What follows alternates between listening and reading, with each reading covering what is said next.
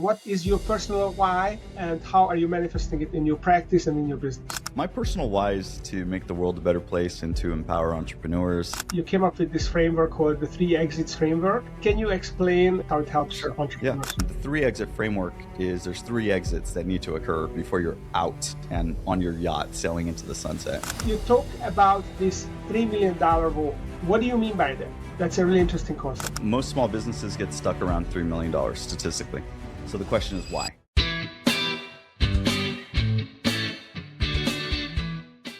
Level up your business. Get my free insights every week at stevebreda.com/newsletter. Good day, dear listeners. Steve Breda here, the founder of the Summit OS group. And I have as my guest today, Tim Martinez, who is the value creation, strategic and exit and succession planning advisor, also called as the Inside Man. And Tim also has a successful Substack with lots of followers, which has a similar title, Inside Man. And he also built his own ChatGPT API. So he is running with the times. Tim, welcome to the show. Thanks, Steve. Great to be here. Well, finally, we have someone who is ahead of the curve on AI and on all the technological evolution that we are part of, our new industrial revolution. So let's start with my favorite question. What is your personal why and how are you manifesting it in your practice and in your business? Yeah, my personal why is to make the world a better place and to empower entrepreneurs. No entrepreneur left behind has really been kind of my motto. Since I was a kid, really, I started businesses when I was young, very young, like 15, 16. And people would start to ask me, how are you doing this? And, I would help however I could. And it was just always felt really good to help my fellow entrepreneur, whether I was helping them in a small way or a big way. And there's nothing better than seeing some of the advice you're able to give someone actually get implemented. And then you see them go, wow, oh my gosh, this is great. And again, sometimes it's small, sometimes it's big, but I believe entrepreneurs rule the world. And I do my part every day, whether it's writing my Substack or jumping on podcasts or writing books. I'm always here just to share what I've learned because I think that's what makes the world go round. Well, you have a boundless energy because you're writing books, you're writing your blog, you are doing this podcast. And then you also have to gather the information, right? You have to work with clients, otherwise there's no raw material. Right. That is very impressive. So what took you to this point? How did you evolve? I mean, you started at 15, but surely you were not coaching people and not consulting people at 15. Yeah. So I probably spent about 10 years just starting small businesses. So I had, the lemonade stand, then the coffee business and silk screen business. I had a DJ business, a retail store, a marketing and advertising agency, a small one, but I was able to sell it. And I got lucky and sold a couple of these small businesses, built websites, built apps. I mean, anything you can do to make a buck. I was just kind of hustling and figuring it out on my own. And at a certain point in time, maybe like 10 years later, someone had asked me to help them write their business plan. It was the first time I was like, someone wants to pay me to help them write a business plan. That sounds interesting. Okay. And I had written all of my own business plans for 10 years. I used to go to SCORE, Senior Council of Retired Executives, a division of the SBA, and they would consult for free. They still do, by the way. And I always said my long-term goal was to be an old advisor at SCORE because they helped me so much when I was a kid. So I charged money for my first business plan. That person was able to raise money from their uncle. Then they said, well, hey, we got this money. What do we do now? So I said, well, I think I can charge you. I think this is called consulting. Maybe I'll just charge you to help you execute against your business plan. It was like a small business. And I went to Barnes and Nobles and I bought a book that was like this big, How to Start a Consulting Business. And I just sat there and highlighted the whole thing and had CD-ROM forms in the back. I knew nothing about consulting. And probably for the next handful of years, I just focused on writing business plans and helping people. And that's kind of what got me into consulting and working on bigger businesses. It really started with business plans and small businesses. Yeah, I mean, business plans are great because you are envisioning the future of the business. You are crunching the numbers, what is going to happen with your top line, your bottom line, your cost, your overhead, your margins. And essentially, it helps you visualize the skeleton of the business, and then you can put the meat on the bone kind of thing. Yeah, and I had worked on hundreds of business plans and pitch decks and financial models and market research. So that documentation aspect of a business, I had spent a good, let's say 10 years working with my clients very, very heavily as an analyst, working with consulting firms. And that's really what got me into the game. and got me into bigger and bigger businesses because I got very good at doing that with no formal training. And we didn't really have what the internet is today. I remember going to the downtown library, downtown Los Angeles, and finding articles and taking scanned copies of them. That's how we did our market research, and business plans used to be like a dictionary. The SBA would require business plans to meet all these requirements. So we would have these huge business plans. Now people want to see a one pager and maybe a 10 slide deck and call it a day. Where I got my chops was from understanding every imaginable nuance of every business in all verticals. And I worked around the world with businesses. And I guess I was in the right place at the right time for it. Yeah, that's very humble. So one of the things that you do is you help people prepare for exit.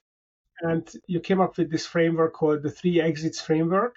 And I thought it was fascinating to think about exits from different perspectives and have different mental models for it. So how did you come up with this? And can you explain the audience what it looks like and how it works, how it helps Sure. entrepreneurs? Yeah. And it's important to note that I started my career starting businesses, helping people get the start. And as I got older, the businesses I worked with were also getting older. And as I got a little more gray hair and a few more wrinkles, people would take me more seriously at the later stages of the business when they maybe wouldn't take me so seriously when I was in my early 20s. So my business had evolved from starting to growing and then eventually to exiting. And that's where most of my clients are now.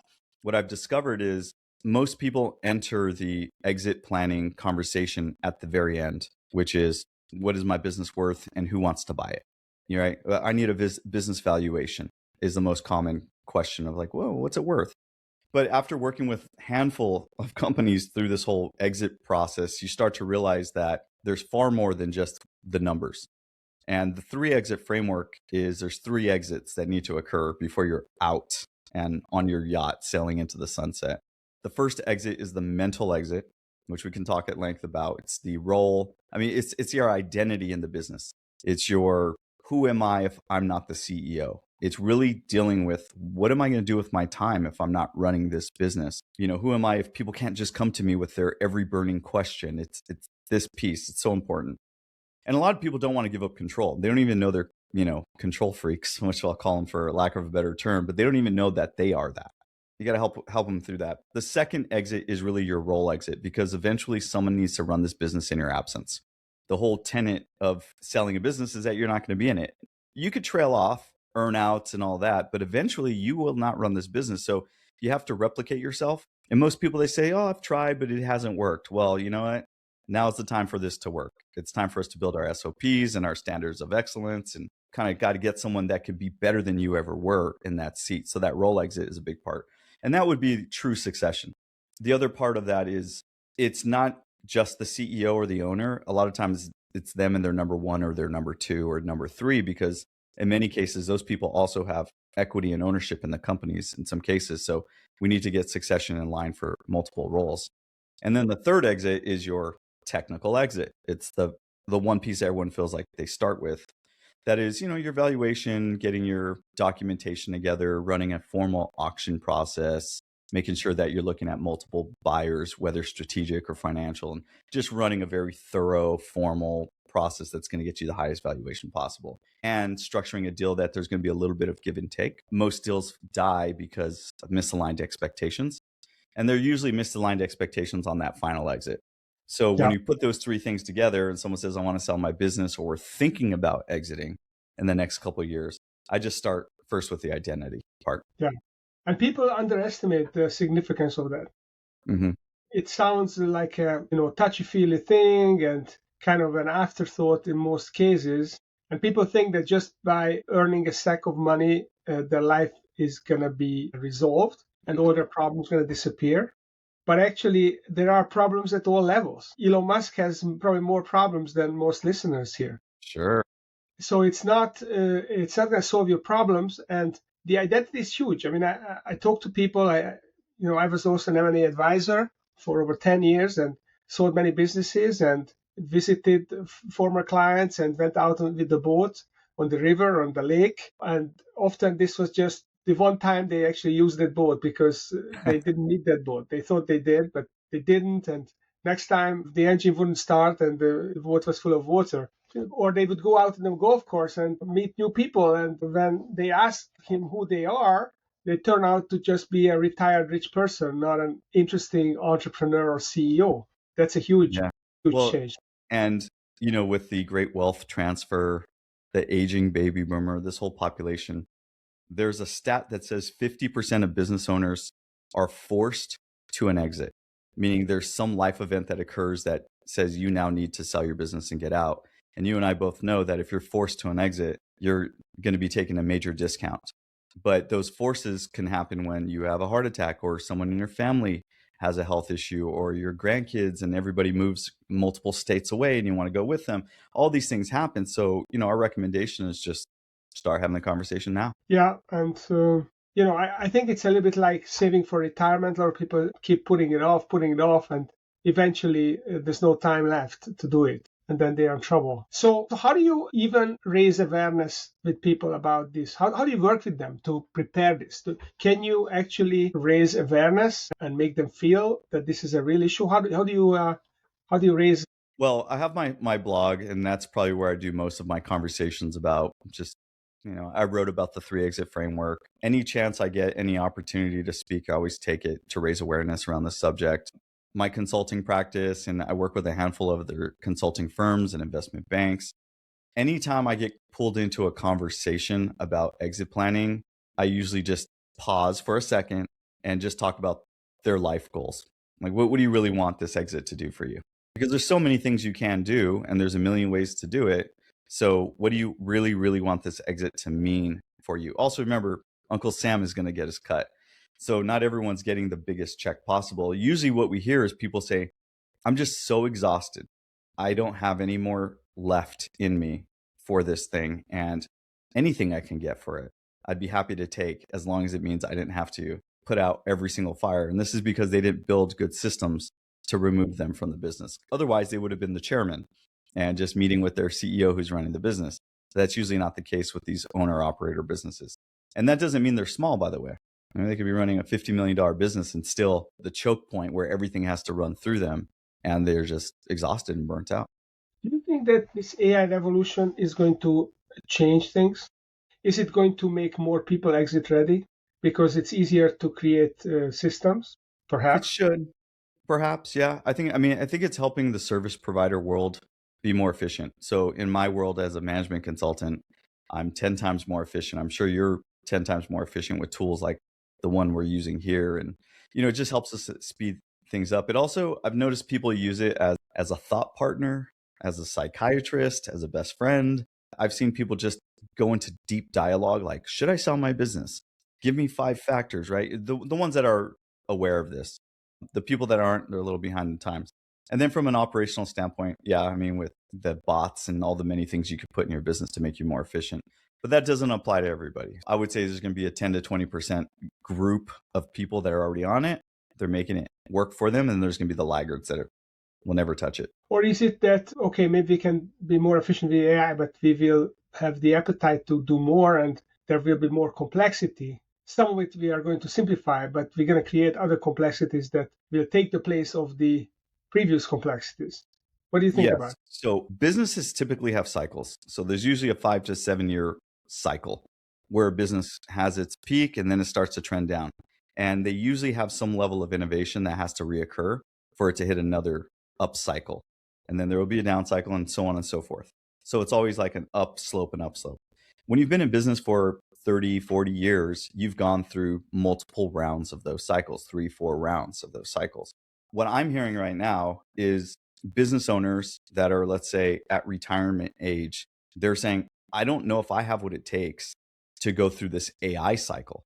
Maybe I have what it took to make it through the 80s, through the 90s, through the 2000s, but now we're at like 2026 and I'm not sure I'm equipped, or my team, who's also very senior, they don't feel like they have what it takes to get through that next cycle without hiring, young talent. But even then, they don't really understand what they're talking about. So there's this gap. And I'm hearing it more and more of people saying, I think now's the time to get out and let some other company that has gas in the tank and vision and capacity to come in and do that thing. Yeah, that's interesting. Do you think that the multiple AI-ified company versus a post-AI-ified company is going to be markedly different? Maybe.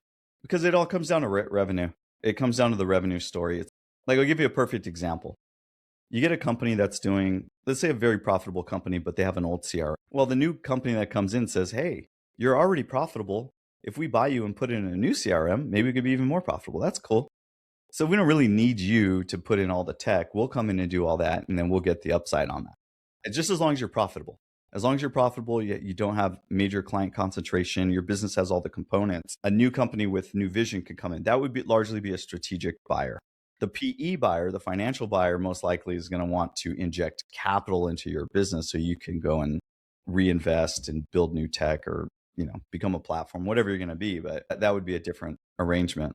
So it's basically a numbers issue. It doesn't matter your technological evolution. And maybe it's even worse if you already implemented the AI and that only allows you to make 5 million. There's less upside for the buyer. Yeah. The bigger concern is your industry at risk because of AI? Is your particular business at risk? And that's why I think people need to adopt it, so they can say, no, we're not at risk. We've adopted it. We're applying it in whatever fashion they're doing it. We're going to see, and we've already seen, a major downswing in a handful of industries because of AI. I mean, advertising agencies are getting hit really hard. People used to be able to charge to write press releases, to write blogs, to write social, to do video editing on social media. A lot of that's gone. So the bottom of those agencies are just, there's no need to use them at this point. So do you see people proactively working on, making themselves AI resilient? Everyone knows that they need to do it. Nobody is unaware that today, it's like websites. There was a time when everyone knew they needed a website. They just didn't really know how they were going to build it or who was going to build it. They knew it was going to be expensive. It's kind of where we're at right now. Everybody knows they need AI. They're just not exactly sure how they need AI, what it can actually literally do for them. I think for some people, that big dream that it was going to do everything quickly got taken off the table, and they say, okay, we could do this much, but even this much is make me very effective. But it's just not going to do everything. Like, I still need an accountant. I still need an account manager. I still need someone to do these things, but maybe I don't need as many people as I once did. So we're seeing kind of some leveling off there. But I would say largely most people don't know what AI can do for them, and they're not really prepared to make those investments. We have a client right now that just made a $500,000 investment into an RFP tool that's going to help them move faster than their competitors, submit more on RFPs, build everything out in a very complicated way. But they're making a $500,000 investment. How many companies out there are saying, let's go, give me the invoice, I'm ready to roll? There's still a lot of pause there. What you're describing it feels to me it's more of a defensive play that, okay, we know AI is coming, so we have to implement some AI tools. But I'm thinking more about the big picture. Is my industry going to be disrupted by AI, and how do I pivot my business before I basically lose momentum so that I become like a Netflix? I go from a video rental to a streaming company. Yep. Do you see companies rethinking their business model? I think from what I've seen, people are rethinking everything top down, because you have to start with labor. That's usually where people start. Oh, AI can do all these things. Well, do I need less talent on the deck? And if I do, then what can AI do so I don't have such heavy overhead? Because, overhead is also liability, and it has this employment risk behind it. So if you can go from 1,000 people staff to 800, 750, great, let's do it. Why wouldn't you do it? Most people are saying, let's figure that part out first. The next thing is the industry disruption, which is what's our competitors doing to service our clients better, or to manufacture faster, or to do things cheaper, so that we're not left in the dust. So from a production standpoint, we need to figure this out quickly.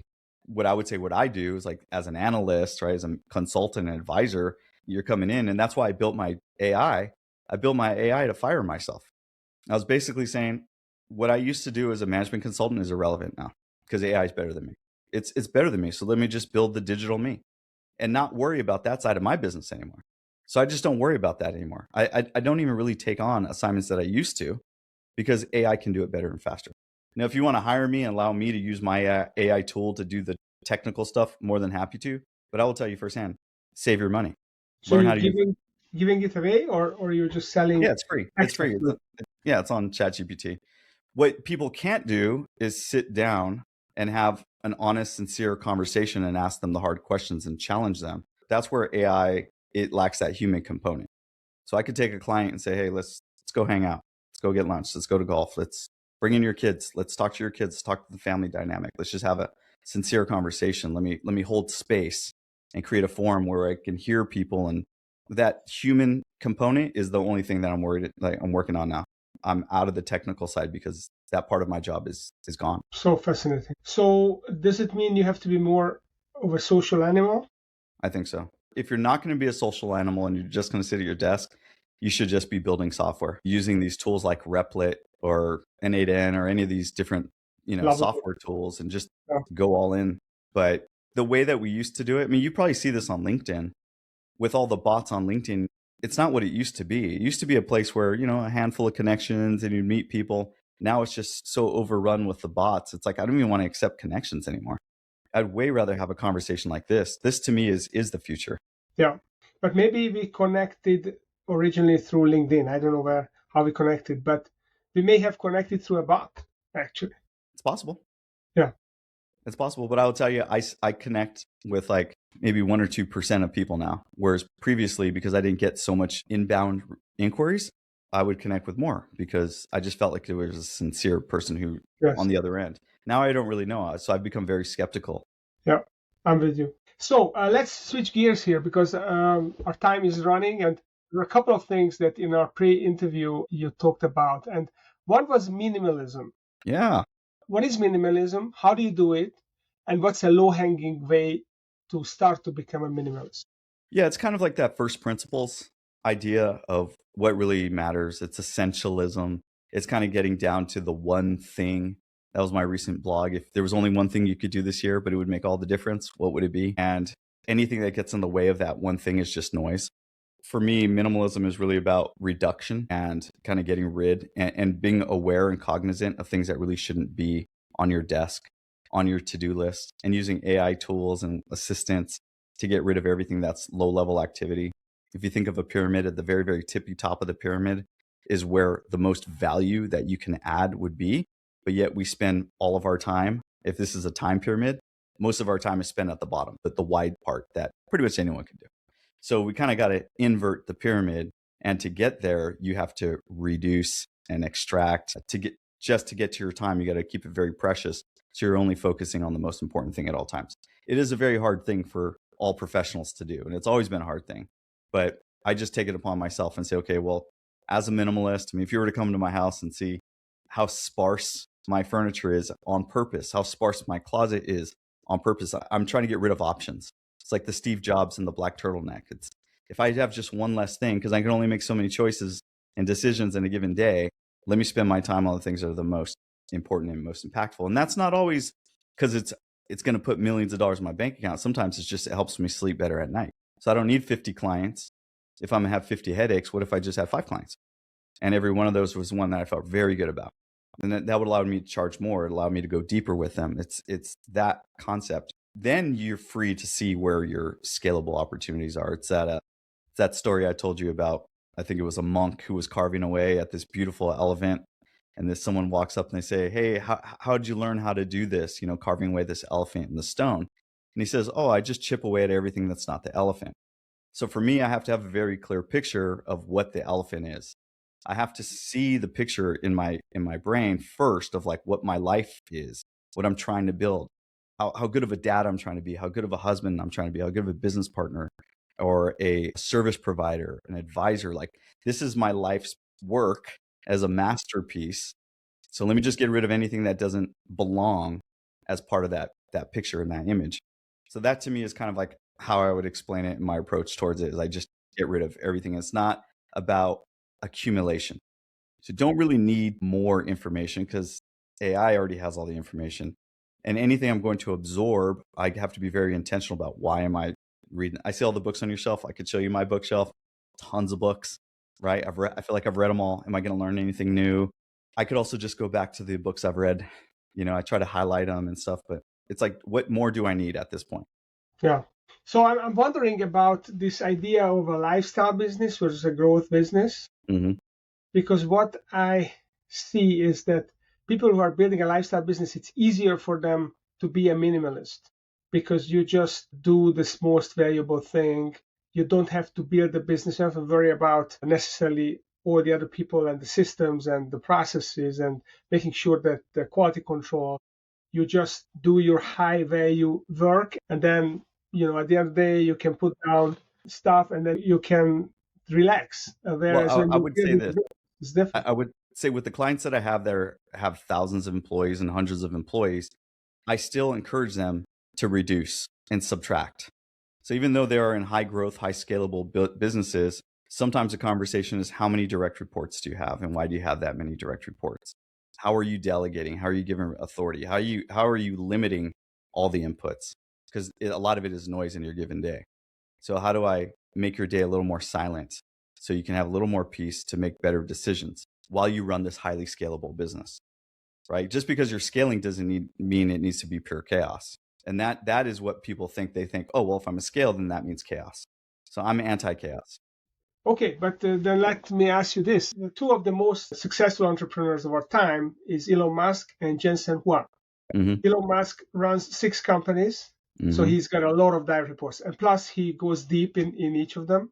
And then Jensen Huang has, I don't know, 20 or 30 direct reports or 40. He basically has 1 million direct reports as well. And that actually allows them to be closer to decisions and make sure that stuff don't go off the rails and their vision gets manifested. So that's what I'm kind of wondering, Well, I'll whether tell you my opinion on this. minimalism, then you're gonna, maybe the flip side is that you have to accept less growth, or maybe not. So I've met with a lot of entrepreneurs in my life. Not one of them has been Elon Musk. So I would say we're looking at the median of entrepreneurs, the average entrepreneur. Those are the people I deal with. I'm not dealing with Elon Musk. I would love to, but I don't have those types. I have the family owned business who took it over from dad and they've been running it for 50 years and he has 250 employees and he's got pure chaos. And I'm getting the call to go in and try to sort him out. These are not always the highly sophisticated Steve Jobs of the world. And if you really take a look under the hood with Elon, from I read his book and I listened to the audiobook with my kids. So I'm like very familiar with his whole story because I've heard it twice now. What they don't really mention is all the heroes underneath Elon, because he would not be able to be anybody who they are without all the many heroes and all the systems and the Six Sigma and whatever processes and procedures.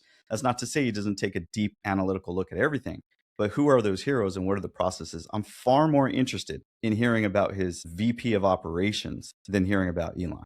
Because what has his VP of operations worked out? What system has he worked out that allows them to scale and build a Tesla or a COO? Like, what do they have going on? Elon's a face. He's a madman. And he creates all this momentum and all this chaos. And then he's got teams of people behind him that go make sense and order out of his chaos. And that's why you have what you have with Tesla. If it was just Elon chaos without that, I don't believe he would be where he's at. But he had people that wanted to get in line. He had a lot of people that wanted to get in line. They believed in his vision, which he had huge visions. And it's very inspiring to get behind those visions. But then they say, okay, give me the ball. We'll create the infrastructure that allows this thing to take off. So I'm far more interested in the infrastructure that allows for that scale. I agree.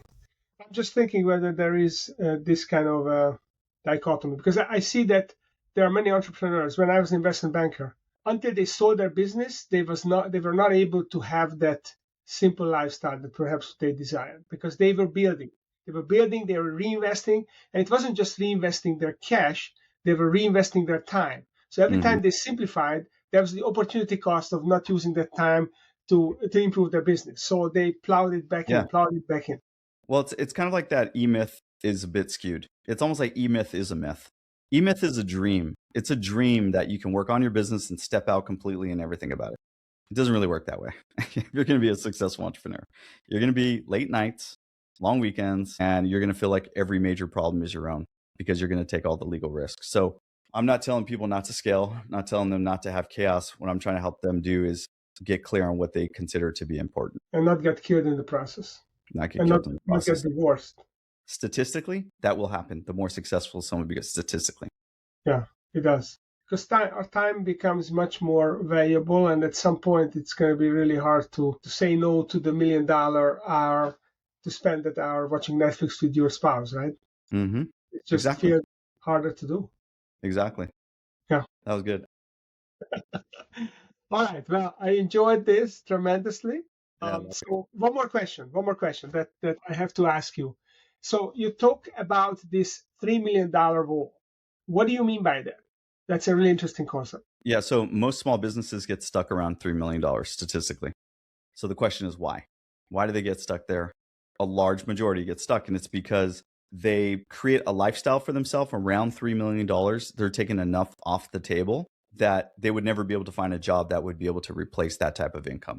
So they've made their small business their sole business, their job, and they say this is good enough for me because I'm, let's call it $500,000 more or less is going into their bank. They're filling up their 401k. They're sending their kids to private school. They're getting big bonuses from themselves if they're profitable.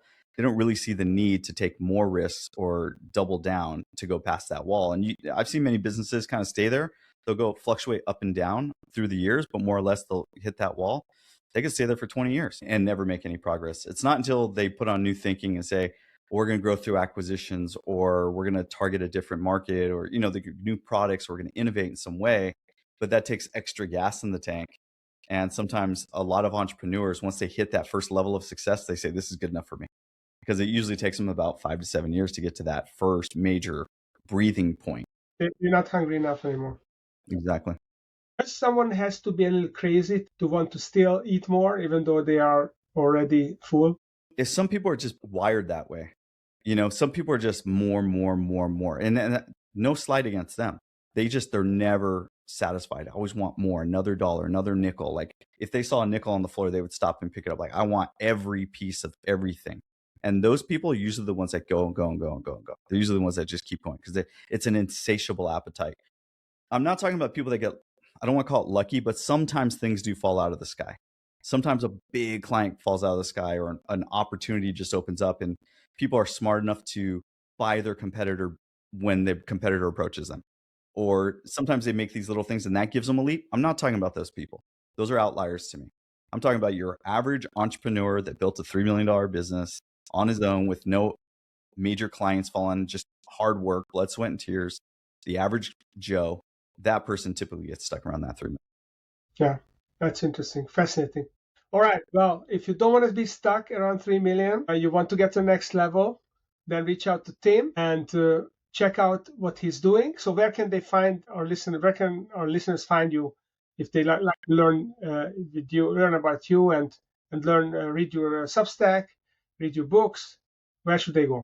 Just go to Google or AI and type in Tim the Inside Man Martinez. The Inside Man is an acronym for Tim. You'll find my LinkedIn. Happy to connect with you. Just tell me you heard me on Steve's podcast. You can check out my blog. It's Tim the Inside Man, a Substack, or you go to timtheinsideman.biz. That's my website. And I'd love to connect with anyone. Do check out Tim's Substack. It's awesome. You're going to get more of what you got on this podcast. And if you enjoyed listening, make sure you follow us. You subscribe on YouTube, on LinkedIn, Apple Podcast, or wherever else you get your podcast. Because every week I'm inviting, and luckily more and more want to come to the show to have a conversation. So thank you, Tim, for coming, and thank you for listening. I appreciate you listening today. Stay connected. Sign up for my free weekly newsletter at stevepreda.com/newsletter.